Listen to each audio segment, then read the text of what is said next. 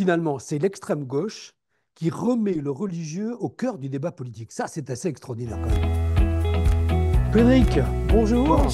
Bonjour à tous et bonjour Jean-Luc, bien sûr. Alors, on va reprendre un peu nos cafés politiques. C'était très sympathique au moment des élections Merci. législatives. Et là, aujourd'hui, donc, on est encore dans cet événement-là, puisqu'on n'a toujours pas de Premier ministre, on n'a toujours pas de gouvernement. On est encore dans l'expectative. Mais à la suite de toute cette affaire-là, on ne va pas parler directement, peut-être un peu, de la nomination de Premier ministre, mais tout cet épisode politique, quand même, est très intéressant. Et il y a aujourd'hui, donc on est vendredi, non, oui, vendredi, Oui, oui, le vendredi. tout à fait fin août, c'est daté, mais il y a donc un grand papier dans le Monde, enfin toute une enquête qui a été faite par la Fondation Jean Jaurès, Le Monde, la Sofres, sur l'image des hommes politiques aujourd'hui, donc après toute cette séquence. Et le moins qu'on puisse dire, c'est qu'il y a une vraie défiance à l'égard du personnel politique. Vous avez lu comme moi cette enquête. Qu'est-ce que vous en tirez, vous, au niveau de cette défiance générale par rapport au personnel politique? Vous savez, comme vous, je suis prudent. Il est beaucoup plus facile de prédire le passé que l'avenir. Mais Mhm. cette enquête ne m'a pas surpris du tout. Ça fait plusieurs années que le mécontentement s'exprime. On a pu dire au moment des législatives que même si les citoyens, nos concitoyens étaient surpris, voire mécontents de cet événement, que le corps électoral s'est mobilisé. Et c'était en soi une très bonne nouvelle. Oui, c'est ce on s'est dit tous, qu'il y avait une mobilisation extraordinaire. Et Il y a- oui, et oui. Parce que les gens, me semble-t-il, ont pensé qu'ils allaient pouvoir reprendre la main sur leur destin. C'était d'ailleurs l'argument employé par le président de la République, argument qui me paraissait en soi légitime. c'est On vrai, c'est ce pouvait qu'on s'était dit ensemble. discuter, Ouais. voilà, on pouvait discuter, contester le calendrier, mais en tout cas, le fait de faire appel au peuple est en soi une excellente chose. Bon. Tout à fait. On Mais, était seul à dire ça, remarquez Frédéric, hein. On eh était un oui, peu seul à mais dire ça. c'est presque Mais on confirme, on confirme. n'est-ce pas un bon signe de temps en Ouais, temps? Bon, voilà. ouais. Mais il me semble là qu'hélas, les tergiversations estivales, le sentiment aussi que nous avons, je crois, les uns les autres, d'un théâtre d'ombre, font ressurgir le mécontentement des Français. Depuis de très nombreuses années, nos concitoyens ont le sentiment que voter ne sert plus à grand-chose, voire ne sert plus à rien. Parce Oui, mais que, là, on a prouvé le contraire. On a prouvé le contraire au mois de juin. ah bah oui, bien sûr, d'où leur Oui, mais enthousiasme. alors, justement, il y a un papier le président, le directeur de Finkelstein de Jean Jaurès, de la Fondation Jean Jaurès, Oui, très directeur intéressant, général de la Fondation Jean voilà, Jaurès, qui Gilles dit, Finkelstein, ça s'appelle. Gilles Finkelstein, qui dit en gros que la mobilisation de juin par rapport aux élections législatives, au deuxième tour en tout cas, est une mobilisation entièrement négative. Il dit le but, c'était de faire barrage au Front National, point. Le danger étant le Front National, il fallait juste arrêter le Front National et on a l'impression qu'on s'est arrêté là. On n'a ni voté pour LFI, ni voté pour Ensemble, ni voté pour Macron ou contre Macron. On a voté pour empêcher le Front National d'arriver au pouvoir. Et c'est ce qu'il explique, et je crois que c'est parfaitement juste. Sauf qu'aujourd'hui, dans l'enquête qui suit, on va en parler, on a l'impression qu'il y a un rejet encore plus grand de LFI que du Rassemblement national et qui est aussi un danger. On disait que le Rassemblement national est un danger pour la démocratie, et on se rend compte dans l'enquête que publie Le Monde aujourd'hui que LFI est aussi un danger pour l'opinion, donc pour la démocratie. Donc finalement, tout est un peu brouillé. C'est-à-dire qu'on a fait barrage au Front National, mais en même temps, aujourd'hui, on se trouve dans une situation où on se dit qu'on a fait barrage au Front National pour un parti qui est franchement pas forcément plus recommandable. Et donc lui, il dit qu'il y a une différence de temporalité. C'est que le premier débat, c'était aujourd'hui, dans le temps, il fallait arrêter le Front National. À plus long terme, on verra. Mais dans un court terme, on a fait ça. Mais à plus long terme, ça ne donne pas de solution. À plus long terme, il peut très bien arriver que le Front National gagne la prochaine fois. Ça, on n'en sait strictement rien. Cette fois-ci, on a fait barrage.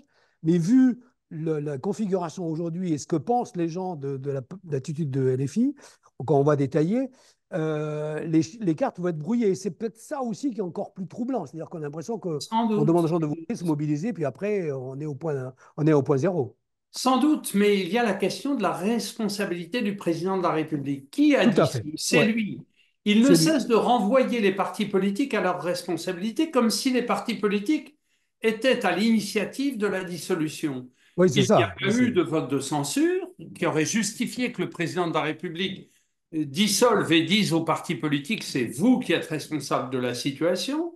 Il n'y a pas eu de contestation majeure. C'est le Non, président de la République qui a décidé. Or, il se défausse. Et ça, c'est un problème. Par exemple, vous dites une chose qui me paraît tout à fait convaincante, et ce que dit Gilles Finkelstein, c'est-à-dire, oui, il y a eu un vote de barrage du Front National, enfin du Rassemblement National, mais alors le président de la République devrait admettre que le bon niveau disons que le résultat, somme toute, pas si mauvais de Renaissance, résulte aussi, pardon pour la répétition du verbe résulter, résulte aussi de cette volonté de faire barrage. Autrement dit, la bonne tenue du parti présidentiel ne doit pas être considérée comme une approbation de la politique présidentielle, de la même façon d'ailleurs que la bonne tenue du nouveau Front populaire ne signifie pas que les Français adhèrent tout au à fait. programme du nouveau Mais, Front populaire. contrairement à ce qu'on veut nous faire croire. Bah, en tout cas, non, mais contrairement à ce que dit Mathilde Panot, Oui, oui, Monsieur oui, Bompard et Jean-Luc Mélenchon, mais ils oui, sont les bien sûr. trois à dire la même chose. Ils ont le droit de dire ce qu'ils veulent, c'est pas leur problème, c'est pas le problème. Mais Oui. enfin, trois dirigeants d'un parti politique qui est en train de se rétrécir ne font pas une politique. Bref, il y a là quelque chose qui est désagréable et déplaisant, c'est que le président de la République semble dire que bah voilà, l'élection a été normale. Bon, et il y a un blocage qui est surprenant. Ben non, parce que comme vous le dites, Jean-Luc, et comme l'enquête dont Gilles Finkelstein propose l'analyse le montre, les Français se sont surtout mobilisés pour Pour faire empêcher le barrage. Rassemblement Ouais. national C'est un d'arriver au vote pouvoir. négatif, en fait. Il n'y a aucune adhésion là-dedans. De me dire la gauche est arrivée en tête, la gauche doit gouverner ou pas à la gauche, ça veut strictement rien dire. Mais la droite non plus, mais la À droite non droite non plus. plus. Alors, ce qui montre aussi, qui est intéressant, c'est que plus on se déplace vers la droite, moins le Front républicain, il y a tout un article sur le Front républicain qui est intéressant. En fait, le Front républicain, il a marché pour une partie des électeurs qui vont de LFI d'ailleurs jusqu'à Renaissance. Et à partir de là, sur la droite, ça n'a pas marché du tout. C'est-à-dire que les gens n'y croient pas. Mais ce n'est pas un Front républicain, c'est un Front anti-RN. C'est juste ça ce qu'on a fait le Front républicain. C'était une belle notion, mais qui aujourd'hui, finalement, a été un peu battu en brèche. Mais enfin, le point, moi, central, ce que je voulais en venir, et c'est ce qui m'a frappé dans cette enquête, c'est vrai que la défiance généralisée vis-à-vis des personnels politiques est très ennuyeuse. En fait, ce qui est intéressant, c'est que les gens reprochent aux hommes politiques d'avoir des postures, ce qui paraît une évidence, d'avoir les stratégies des uns et des autres, et un manque de sincérité, d'authenticité. Et c'est vrai que, alors on a espéré que les gens issus de la société civile auraient plus d'authenticité, mais finalement, Macron a montré que ça n'a pas donné grand-chose. Il a pris beaucoup de gens dans la société civile qui n'ont pas les codes, qui ne savent pas comment fonctionne l'État, et ça n'a pas vraiment fonctionné. Mais sauf que c'est vrai que on a l'impression que les hommes politiques sont dans des stratégies. Quand on écoute les débats d'aujourd'hui, on voit bien que tout le monde est dans une espèce de discours tout préparé, pré-mâché. Ce qu'a dit Mathilde Panot ce matin, c'est tout à fait ça. Non, non, nous, on ne marchera jamais avec Cazeneuve ou d'autres. On veut notre plan à nous, c'est que ça. Alors, ils savent très bien que ça ne fonctionnera pas. Depuis le début, quand Mélenchon a dit notre programme, il savait très bien que ce n'est pas possible. Mais il le dit Yes. quand même. Et ça, il y a une espèce d'exaspération vis-à-vis de ça, puisqu'on sait que ce n'est pas la vérité, ce n'est pas la vérité, ça ne peut pas fonctionner.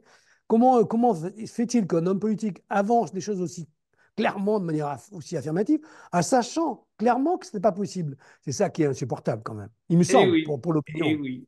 Philippe Brault, qui est un Oui, politiste que j'aime beaucoup, a une formule que je trouve à la fois très juste et parfois déprimante. Il dit, en politique, la bonne foi ne paye pas. c'est terrible ça quand même. Oui, mais à un moment, tu vois, je suis d'accord, c'est vrai que c'est ça la politique. Mais on a l'impression aujourd'hui que les gens en ont marre de ça, quoi. Mais On oui, en... les gens en ont assez. Ouais. Alors, vous vous souvenez bien sûr, Jean-Luc, cette déclaration de Michel Rocard au soir du second tour des élections législatives de 1978. Michel Rocard avait, face à la caméra, déclaré: Je suis triste. Y a-t-il une fatalité de la défaite pour la gauche, Ouais, etc., ouais, ouais. etc. Et il avait dénoncé ce qu'il appelait un certain archaïsme en politique. Mm. Évidemment, euh, toutes sortes de choses que François Mitterrand avait prises pour lui de façon Ouais, très bien sûr. négative. Mais c'était une très belle déclaration. Les Français avaient été Oui, il émus. avait apprécié ça. Et Ouais. oui, car pour la première fois, un homme politique dont Disait la franchement ce qui se famille, passait. Ouais, et ouais. voilà, le Parti socialiste avait perdu, et pour la première fois, un socialiste, mais ça pouvait venir aussi de la droite, un homme politique dont le parti avait perdu disait: Bah oui, on a perdu. Ah, ça, c'était nouveau, hein. Ouais, ouais. Et puis c'est arrivé une seconde fois lorsque le 21 avril 2002, Lionel Jospin a assumé seul, pleinement et d'une façon Ouais, très ouais. protestante C'était la triste, ouais, défaite c'était triste. Très électorale. protestante, on va dire. Ouais, c'est vrai. Oui. Alors, Frédéric Venon, moi, je trouvais, enfin, depuis ce matin, je vous ai écrit ce matin dans un petit SMS pour vous parler de ça. Moi, j'étais quand même spécialement pas ravi parce que ça n'a aucun sens, mais disons que j'étais content de trouver quelque chose, au moins une satisfaction personnelle de ce que je pensais. Quand on trouve que ce qu'on pense rassemble une majorité de gens, on se sent mieux, quoi, on se sent moins tout seul. Donc, c'était par rapport à LFI. Moi, depuis le début de cette affaire, donc après les élections, et la déclaration, 2 minutes après la déclaration, Mélenchon qui vient devant la télévision et qui dit c'est que nos programmes, tout notre programme. Depuis ce moment-là, je me suis dit, mais qu'est-ce que veut ce type-là et qu'est-ce qu'ils veulent les filles? Est-ce que vraiment ils veulent le pouvoir ou est-ce qu'ils veulent tout casser? Enfin, qu'est-ce qu'ils cherchent? Et alors là, ce qui est très intéressant, c'est ce sondage qui est sorti là dans le monde, qui est vraiment sérieux et qui montre la réalité de l'opinion que suscite aujourd'hui LFI dans la société française. Je donne quelques chiffres hein, rapidement. Allez-y, Jean-Luc. On leur demande si le LFI est un parti d'extrême gauche. 74% des gens disent qu'il est d'extrême gauche. Quand on dit, quand on demande aux gens est-ce que ce parti attise la violence, 72% disent que ce parti attise la violence. Et quand on demande aux gens est-ce que ce parti LFI est dangereux pour la démocratie, 69% des gens sont d'accord avec cette affirmation. Donc c'est quand même très grave. Ça veut dire que ce parti, j'allais dire bravo Mélenchon, enfin, leur stratégie de Mélenchon a totalement échoué dans l'idée de donner à la gauche une espèce de respectabilité. C'est le contraire. Ils jouent la radicalité, ils jouent pardon, la conflictualité, et le résultat, c'est ça.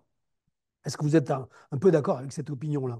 Ah non, Cette, mais cette analyse. je ne peux pas contester le résultat d'un sondage. C'est Mais l'opinion est-ce que vous avez le même des sentiment? Est-ce que vous avez le Français. même sentiment?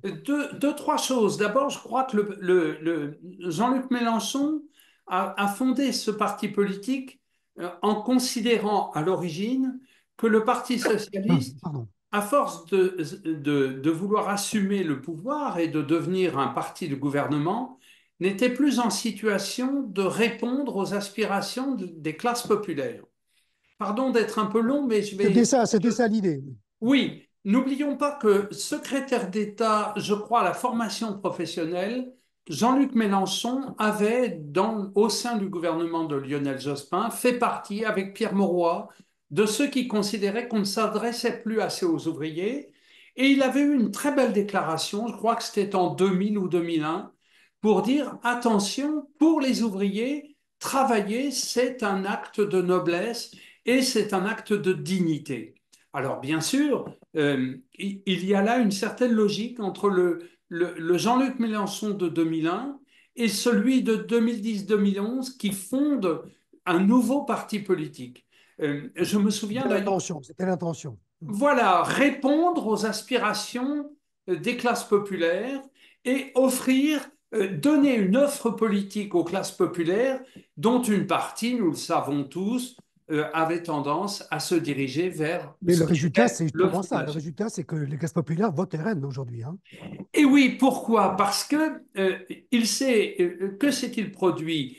Il s'est adressé aux plus démunis qu'il trouvait. C'est horrible de parler comme je vais parler, mais vous le disiez tout à l'heure, il y a là une logique de clientèle, en quelque Tout sorte, à fait, de stratégie et politique, de oui. stratégie politique, d'électeurs, mais aussi donc d'électorat. Aller trouver des électeurs pour obtenir des voix.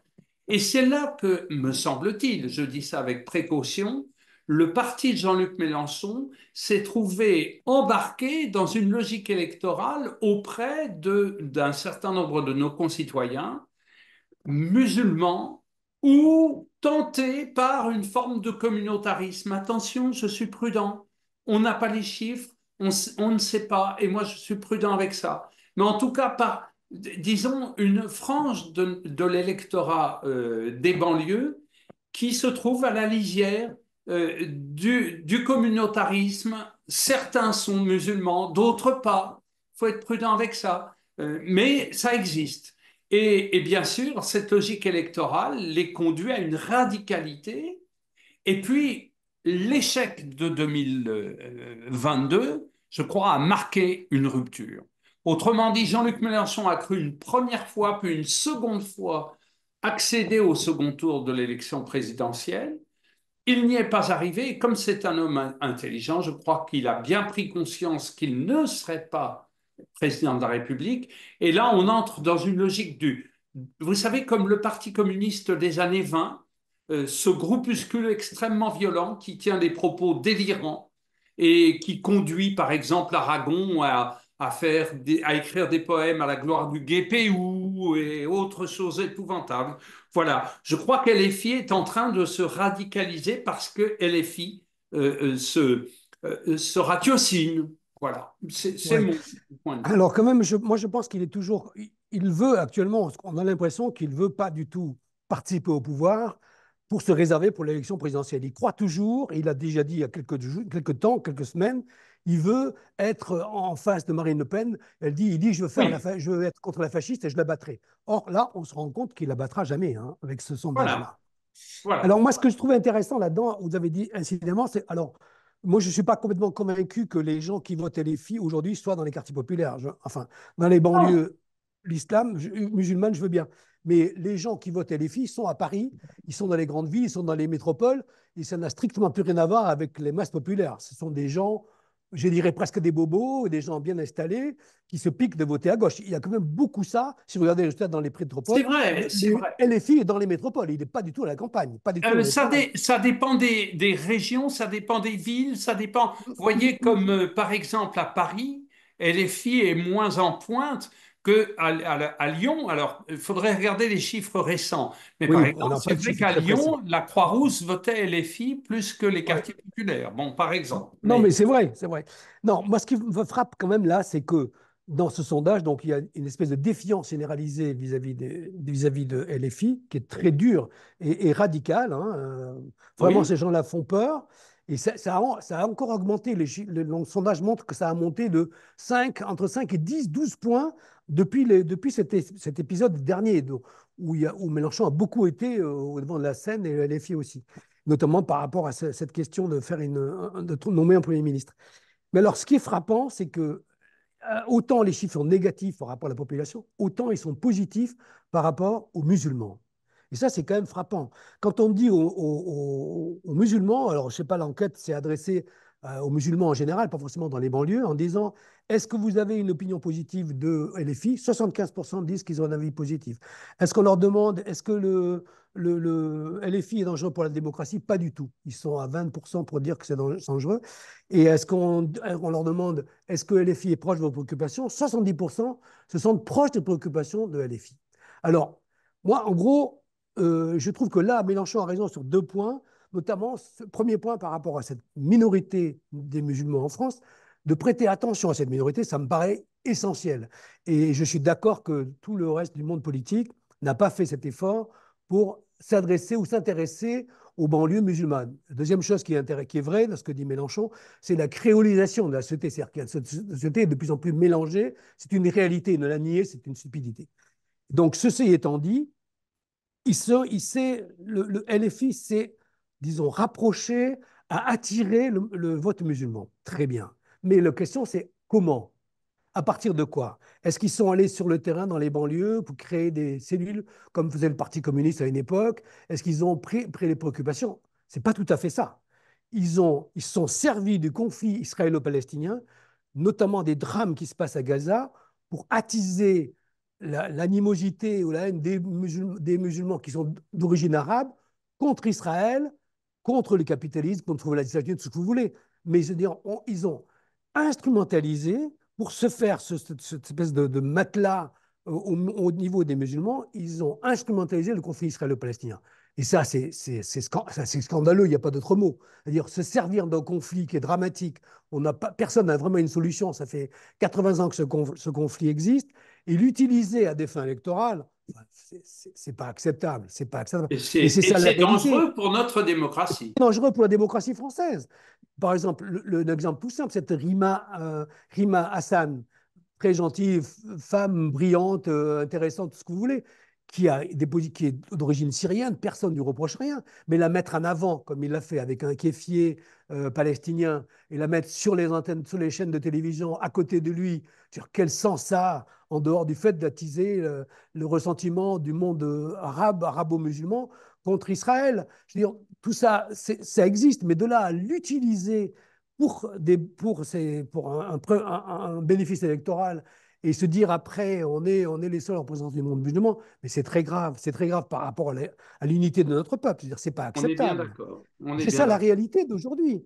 Le succès de LFI, C'est une des c'est dû. réalités, Oui, c'est une des réalités d'aujourd'hui, car je crois que il faut aussi parler de la droite, il faut parler de l'extrême droite, il faut c'est toujours parler là, bien sûr. du parti Renaissance.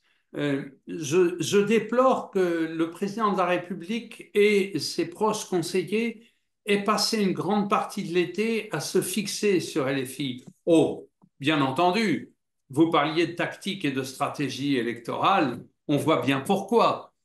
Si on suit une logique de course de petits chevaux, on voit bien l'intérêt du président de la République d'agir ainsi. Mais pour notre démocratie, c'est extrêmement dangereux parce qu'à la fin, pour pasticher le footballeur Lineker, c'est pas l'Allemagne qui gagnera, mais c'est le Rassemblement national.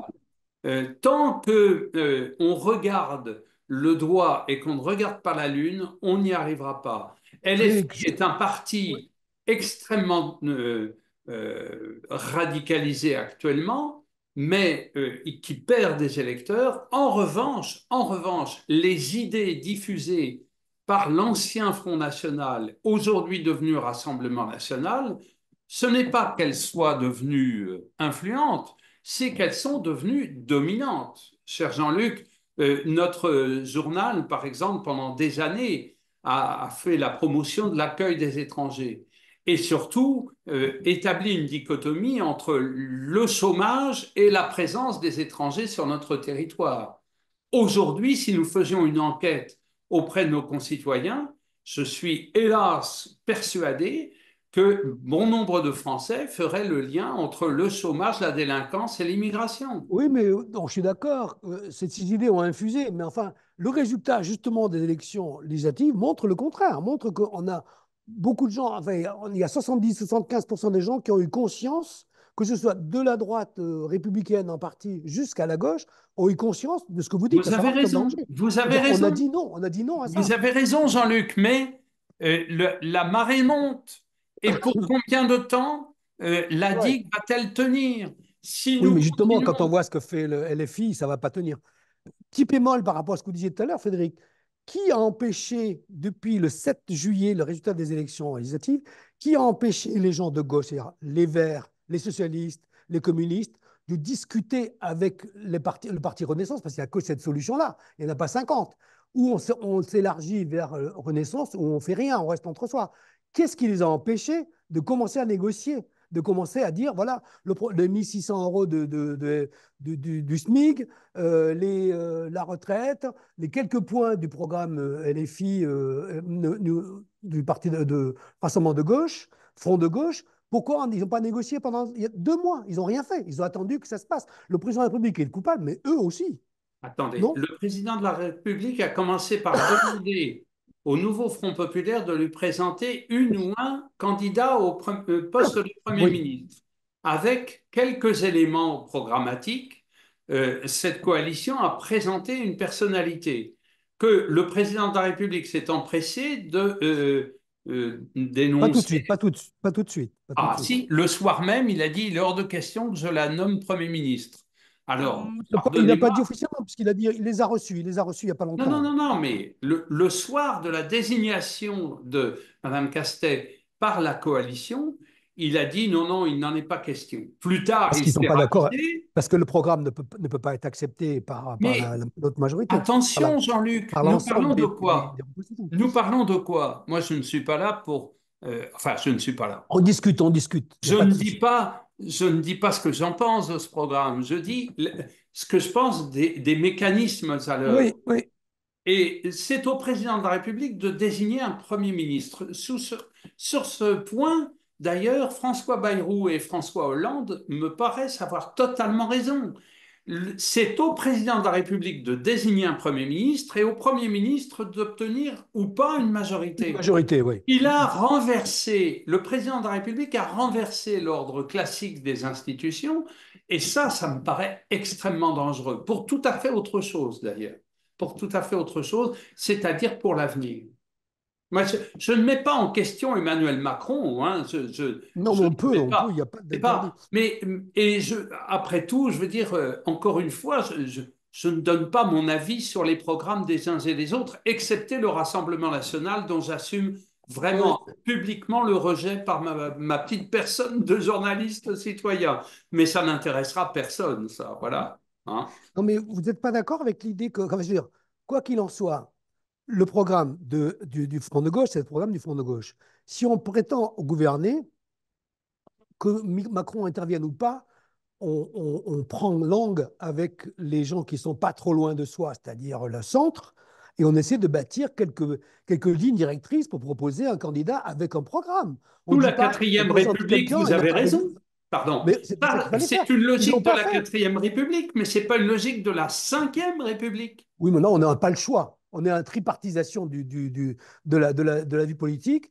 Il est obligé qu'il y ait deux qui s'entendent, sinon ça ne marchera jamais. D'où provient la puissance, la force de gouverner, comme dirait Mm. Nicolas Rousselier. Sous la Cinquième République, la force provient du président de la République. L'initiative provient de lui. Souvenons-nous de 1986, lorsque le président de la République s'est trouvé en face d'une coalition qui lui était opposée. François Mitterrand avait le choix du Premier ministre. Il a songé, c'est aujourd'hui admis, nommé Jacques Chaban-Delmas, qui aurait été pour lui un Premier ministre confortable. Et il a bien compris qu'en réalité, il n'en avait pas la possibilité, il n'avait pas le choix, et il a désigné le Premier ministre qui lui paraissait le plus dur, le plus opposé. Bon, la situation, Jean-Luc, vous avez raison, et je comprends votre objection, et je ne veux pas vous agacer. La situation est radicalement différente, j'en conviens, puisqu'il n'y a pas de majorité. Mais C'est ça c'est la au question. président de la République qu'incombe la responsabilité de l'initiative. Formellement, bien sûr, mais la Eh oui, réalité, c'est qu'il faut eh s'entendre. oui. S'il nomme quelqu'un, il nomme n'importe qui et qu'il n'y a pas de majorité, ça ne sert à rien. Et s'il ne Mais reconnaît pas la défaite, il lui faut, c'est pas la question, c'est pas la question de reconnaître la défaite. Le fait est qu'il y a trop, il y a pas de majorité. Donc, comment on fait quand il n'y a pas de majorité? mais, C'est tout. nous, La question, c'est ça. Mais dans ce cas, encore une fois, cher Jean-Luc, nous ne sommes pas président de la République. Il est plus confortable de discuter comme nous le Ah, pour faisons nous, oui, c'est que plus d'être à facile. C'est plus l'Élysée. facile. Mais Ouais. l'initiative incombe au chef de l'État, encore une Oui, fois. non, mais là, il a trop procrastiné. Là, il n'y a pas de débat. C'est trop lent, c'est trop long et c'est trop lent.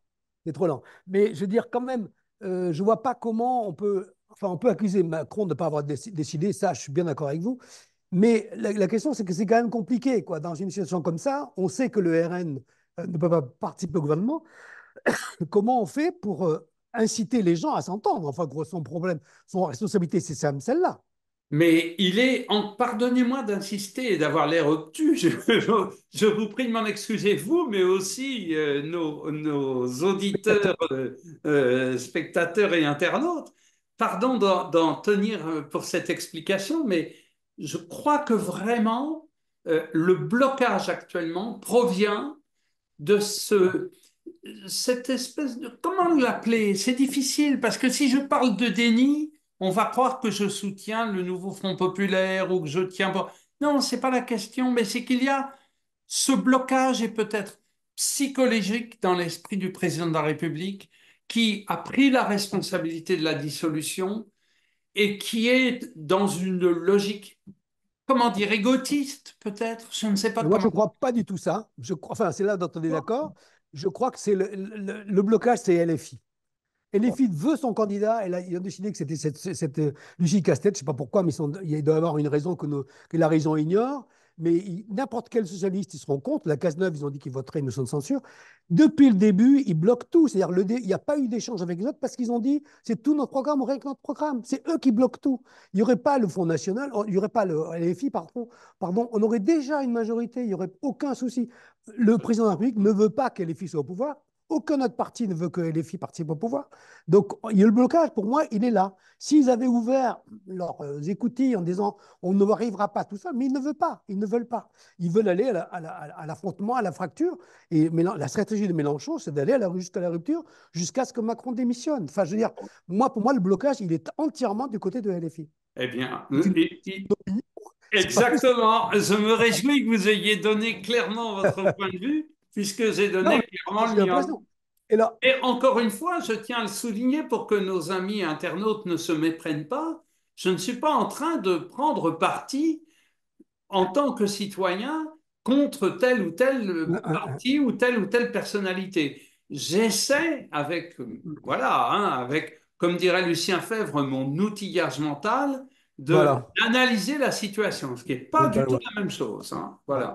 Dernier point, moi, je retiens de cette enquête quand même, c'est ça qui m'a frappé le plus en lisant ça, c'est que finalement, c'est l'extrême gauche qui remet le religieux au cœur du débat politique. Ça, c'est assez extraordinaire quand même, parce que dans la mesure où ce bloc, cette communauté des musulmans, il n'y a pas une communauté musulmane, il y en a plusieurs. Le monde musulman est encore plus divers que le monde protestant, c'est peu dire. C'est possible, Donc, vous croyez? c'est possible. Et donc, mais quand même, c'est quand même très frappant que les musulmans, je ne dirais pas la communauté, mais des musulmans, soient aussi favorables à LFI parce que LFI leur a donné une voix, et ça c'est plutôt bien, mais pas une voix en exploitant le conflit israélo-palestinien. Donc c'est quand même de remettre cette question religieuse dans le débat politique, alors que pour nous, en France, il est exclu que le religieux ait une quelconque influence. On s'est battu pendant des siècles pour de se défaire de l'influence catholique. Et là, on nous remet dans le débat politique la présence des musulmans. C'est fascinant quand même comme histoire. Cette Oui, espèce de et là renversement encore, vous étonnant, avez, étonnant. là où je vous rejoins complètement, c'est quand vous parlez d'instrumentalisation. Ah oui, c'est Une quand même terrible. instrumentalisation extrêmement dangereuse, Tout à car fait. elle se fait au bénéfice des éléments les plus radicaux de nos concitoyens musulmans, avec peut-être une alliance dont nous ne connaissons pas les tenants et les aboutissants, mais qui existe peut-être. Et il est quand même extrêmement inquiétant de suivre ce mouvement. Bien sûr, là-dessus, je vous rejoins. On n'a pas parlé. Après, Oui. n'oublions pas la question de l'ascenseur social. Dans les années 60 et 70, lorsque le Parti communiste accueillait les immigrés, eh bien, les immigrés votaient d'abord pour le Parti communiste. Et un élément d'intégration, je veux dire, un élément que les étrangers identifiaient comme un bon critère d'intégration, c'était de voter plus à droite, c'est-à-dire Oui, Parti oui, c'est vrai. socialiste, puis carrément à droite. Autrement dit, on se sentait français quand on votait moins à gauche. Non pas parce que la gauche n'était pas un parti français ou parce que c'était l'anti-France, évidemment, pas du tout, mais la notion de la respectabilité, quoi. Voilà. Bon, d'un seul coup, on s'est embourgeoisé, alors on a des intérêts. Voyons comment les choses.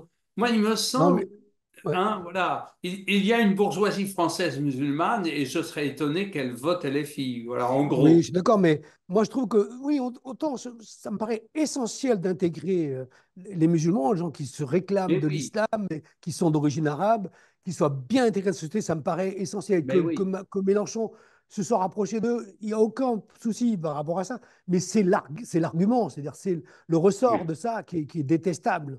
Je Vous vous savez, rejoins depuis tout à ça, c'est fait. Il est inacceptable. C'est inacceptable. haïssable de Mm. tisonner les cendres de C'est l'antisémitisme. terrible. Et là, on n'a pas parlé de ça, mais l'antisémitisme, il est là-dessous. Il y a des C'est discours abject. les filles qui sont carrément antisémites. bien L'autre sûr. jour, ne serait-ce que l'attentat qui a eu lieu près de chez moi, à la Grande Motte. Donc, je veux dire, Mélenchon a fait une déclaration, il parle du respect des religions, il parle de la laïcité, mais c'est un attentat antisémite et il est Bien incapable sûr. de le dire. C'est quand même très grave, c'est très C'est grave. très grave, c'est Parce que là, même il se passe des choses honteux. graves dans la société française. C'est Ouais. même honteux et on peut signaler que, par exemple, François Ruffin, il y a déjà quelques mois, a pris ses distances avec Jean-Luc Bien sûr, Mélenchon bien sûr. sur ce point et là, j'apprécie C'est beaucoup pour ça, cette prise de oui, c'est pour ça, moi, distance. je crois quand même qu'il y a un mauvais génie du côté de LFI, quelques proches de Mélenchon et lui. Il y a quelque chose de négatif là-dedans qui nous plombe un peu le débat politique. Oui, qui C'est est mon dangereux, qui est d'autant plus dangereux qu'il ne faut pas se leurrer. Au Rassemblement national, l'antisémitisme est très ancré, très Il existe fort. aussi, bien sûr. Et on a vu pendant la campagne des législatives qu'un grand nombre de candidats du Rassemblement national Ouais. étaient ancrés dans une logique très dangereuse Ils également, tout à fait ils l'ont récusé, mais antisémite. enfin, ils existent. Ouais. Ah oui, oui, oui, non, mais attendez, là, nos auditeurs et internautes le verront ou l'ont vu, il y a une très grande force. Les, nos frères français juifs ne doivent pas se faire d'illusions, hein. L'antisémitisme diffusé par un certain nombre de responsables de LFI rejoint l'antisémitisme du Rassemblement national qui engrange sans rien dire. Le Rassemblement national se donne le beau rôle en disant, Marine Le Pen disant, mais les Juifs sont, nous protégeons les Juifs, nous ne sommes pas contre Israël, etc. Mais en dessous d'elle, dans cette hiérarchie, d'abord, il faudrait savoir si elle est tout à fait sincère, ça, bon, mais au sein même de ce parti du Rassemblement national, l'antisémitisme est consubstantiel, je crois, fondamentalement. Donc, il y a là tout un jeu extrêmement dangereux pour les Français juifs, tout un jeu dangereux pour la démocratie, hein, parce que Mm. là, je Mais vous le rejoins tout sondage à montre fait. aussi que les gens sont fatigués des extrêmes. C'est ce qu'on a vu. Moi, c'est un peu les leçons que je sors des Jeux Olympiques. Les Jeux Olympiques ils ont montré que les gens avaient envie d'unité, Eh de oui, fraternité. Voilà. Et ces gens extrêmes que vous disiez, l'extrême droite et c'est une partie des filles, c'est épuisant, quoi. Ça nous donne une espèce de tension, mais de oui. créer ouais, je sais pas, des vibrations négatives de chaque côté, alors que personne n'a envie de ça. C'est ça qui est Voilà, dramatique. méfions-nous quand même. Hein, vous connaissez la phrase de Prévert, j'ai reconnu le bonheur au bruit qu'il a fait en partant. C'est ça, Et c'est ça. méfions-nous, notre démocratie est pleine d'imperfections, mais à force de la maltraiter, à force de la négliger, de ne plus la faire vivre normalement, on va donner des idées à des gens qui, eux, sont tout prêts à la faire disparaître, hein. Les Mm. démocraties sont solides parce qu'elles sont souples, mais elles peuvent être du jour au lendemain renversées par un type qui aurait l'idée de dire bah, Par maintenant des je mets vents tout le monde mauvais. d'accord, on sort les Par des chars vents mauvais. et voilà, hein. Mais les vents mauvais domineront pas. C'est notre espérance. Merci. Cette parole d'espérance, Jean-Luc. Allez, merci beaucoup, Frédéric. Merci Bon, Jean-Luc et bonne on fin de va journée arrêter à là. tous.